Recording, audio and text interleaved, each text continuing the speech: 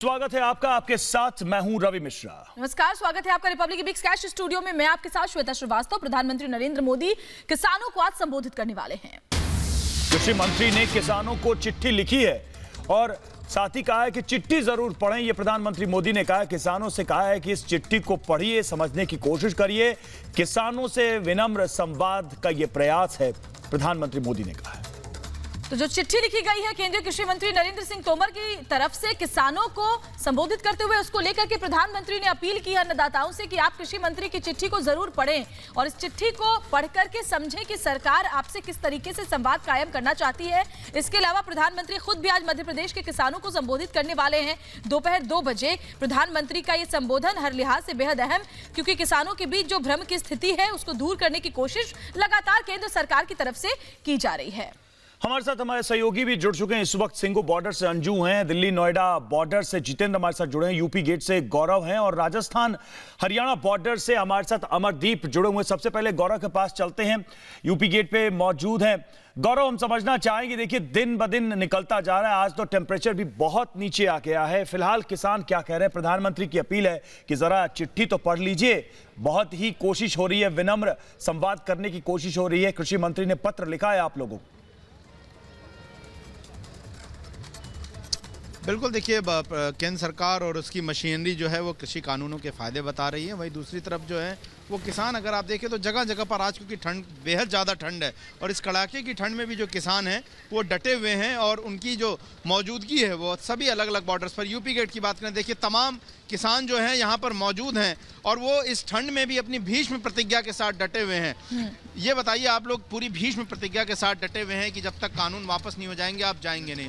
प्रधानमंत्री कह रहे हैं कि एक चिट्ठी लिखी गई है कृषि मंत्री द्वारा, उसको पढ़ें, किसानों को भरमाया जाए। इस आरोप पर आप क्या कहेंगे?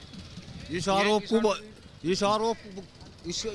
को भाई हम मानना नहीं, जो उनसे कृषि मंत्री कह रहे, ये हमारा अपना काम है, कृषि हमारे तक चले और हम ही कर सके। अब ये नियम लागू होगा जो यहाँ धरना है, इसमें जो आगे कृषि मंत्री होगा वो हमारा अपना यूनियन वालों का कृषि मंत्री होगा। इसे हमारे जो बड़े अध्यक्ष लोग हैं ये इसे अपनी तरीके से यूनियन के माध्यम से वो करेंगे इसे। और हमारा तो ये इतने ये अपना कानून वापस नहीं ले, हम यंत्र जाने वाले नहीं है।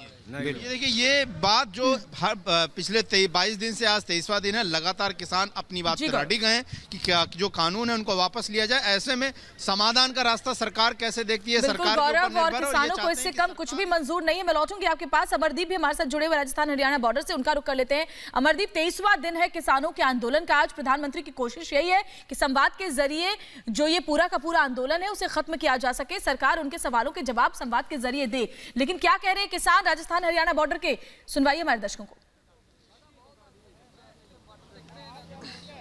बिल्कुल बिल्कुल श्वेता, मैं आपको बता दूं कि आज छठा दिन है यहाँ, पूरा 22वां दिन के बाद छठा दिन है आज जब NH 8 को ब्लॉक किया हुआ था और पूरा लंबा फेरिस जो है आप किसानों की देख सकते हैं कि यहाँ पे लगातार किसानों की तादाद जो है वो बढ़ती हुई नजर आ रही है। दूसरी लेन पर भी किसानों की नज़र है। आगे जो बैरिकेड्स लगाए हुए हैं हरियाणा पुलिस ने, आप देख सकते हैं कि यहाँ पे तमाम किसान जो है वो अब आ चुके हैं। इनका जो रूटीन होता है सुबह नाश्ता वगैरह, उससे फ्री होकर के सारी चीज़ आ सकते हैं। तो किसानों से बात करना चाहेंगे, किसानों से बातचीत करना चाहते हैं, सारी चीज़ों की बात करेंगे। और आप यहाँ देख सकते हैं कि पूरे तरीके सारा माहौल जो है वो देख सकते हैं आप पूरा का पूरा। और इस साइड सारी चीज़ जो है वो देख सकते हैं पूरा कि पूरा माहौल जो है यहाँ पे।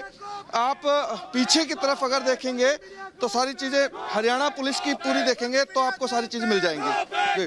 जी बिल्कुल, अमर लौटेंगे आपके पास। हमारे साथ जितेंद्र हैं नोएडा बॉर्डर से और सिंगू बॉर्डर से हमारे साथ अंजू भी। अंजू के पास चलेंगे। अंजू, सिंगू बॉर्डर पर सबसे ज्यादा गहमा गहमी देखने को मिली और आंदोलन की शुरुआत से ही वहां बड़ी संख्या में लोग जमा रहे। आज चूंकि एक प्रयास किसानों को समझाने की, उनसे संवाद स्थापित करने की सरकार की तरफ से हो रही है, प्रधानमंत्री खुद अपील कर रहे हैं। कोर्ट ने भी कहा कि आप लोग बात करिए, धरना प्रदर्शन का एक लक्ष्य होता है और वो संवाद के जरिए हासिल होगा। कोर्ट ने जो भी डायरेक्शंस दिए और सरकार की जो कोशिश है अब तक की और आज की, उसको लेकर किसानों की क्या ओपिनियन है? वहां पर जो आंदोलनकारी है उनका क्या कहना है? क्या वो कोर्ट या सरकार की तरफ से जो भी अपील की जा रही है बातचीत की, उसको कहीं से भी स्वीकार करने के मूड में दिखाई दे रहे हैं क्या? जी देखिए, यहाँ पर मैं सबसे पहली बात आपको बता दूं कि जिस तरीके से लगातार सरकार की ओर से संवाद करने की कोशिश की जा रही है, वहीं किसान संगठन साफ तौर पे ये कह चुके हैं कि जिस तरीके से सुप्रीम कोर्ट में ने भी एक बीच का रास्ता निकालने की बात की है, किसान संगठनों ने साफ तौर पे बोला है कि हम कोर्ट की किसी भी जो एक संगठन बनाने की कोर्ट बात कर रहा है वो उस पर हम यकीन नहीं रखते। वहीं आपको मैं दिखा दूं, यहाँ पर लगातार सिंघू बॉर्डर आप देखिए, किसानों की जो संख्या है वो लगातार बढ़ रही है। हरियाणा से भी तमाम किसान यहाँ पर एकजुट होते जा रहे हैं। आप देखिए लगातार सुबह से यहाँ पर जो भीड़ है वो इकट्ठी हो जाती है और एक तरीके से जो किसान है वो आपस में एकजुटता दिखा रहे हैं। उनकी जो भीष्म प्रतिज्ञा, जिस तरीके से गौरव भी कह रहे थे कि भीष्म प्रतिज्ञा जो किसानों ने की हुई है कि जब तक ये कृषि बिल वापस नहीं होगा तब तक ये लोग अपने घर वापस नहीं जाएंगे। वहीं आपको बता दूं, ये जो आंदोलन है ये एक तरीके से भारत में पूरी तरीके से आप रह सकते हैं कि पूरे भारत में देखने को मिलेगा, क्योंकि जिस तरीके से मुंबई में भी अखिल भारतीय किसान संघर्ष समिति 22 तारीख को, आपको मैं बता दूं, एक महारैली निकालने वाली है और इसी कृषि बिल के खिलाफ में। तो आप समझिए किस तरीके से दिल्ली तो जिस तरीके से पूरा चक्का जाम है ही, वहीं महाराष्ट्र में भी अब जो किसान आंदोलन है वो एक तरीके से एक उग्र रूप देता हुआ आपको दिखाई दे सकता है। 22 तारीख को एक महारैली करने की बात की जा रही है और लगातार ये चुनौती बहुत बड़ी है क्योंकि किसान भी डटे हुए हैं, पीछे हटने को तैयार नहीं है और सरकार अपनी बातों को उनके सामने लगातार रखने की कोशिश कर रही है। जितेंद्र का मैं रुख कर लूंगी जो इस वक्त हमारे साथ जुड़े हुए दिल्ली नोएडा बॉर्डर से। जितेंद्र, आम लोगों को काफी परेशानी हो रही है, देखिए 23 दिन हो चुके हैं इस तरीके से जो बॉर्डर है वो जाम पड़े हुए हैं। क्या तस्वीर चिल्ला बॉर्डर से दिखाइए। देखिए श्वेता, 23वां दिन आज कहेंगे कि, और यहाँ पर बता दूं कि जो स्थिति है वैसी बनी हुई है। हालांकि मौसम कुछ बदला ज़रूर है, जो अच्छी धूप खिली हुई है, चेहरे शायद शाम तक इनके भी खिल जाएं, क्योंकि जब प्रधानमंत्री बात करेंगे तो शायद किसानों को समझ में आएगा कि प्रधानमंत्री क्या कुछ कहना चाहते हैं। जो कह रहे हैं प्रधानमंत्री लगातार कि भ्रमित किया जा रहा है, शायद इनका भ्रम दूर हो जाए। तमाम किसान हैं यहाँ पर, हम उनसे बात करेंगे और जानेंगे कि प्रधानमंत्री जिस तरीके से बात कह रहे हैं कि आप बात करेंगे किसानों से।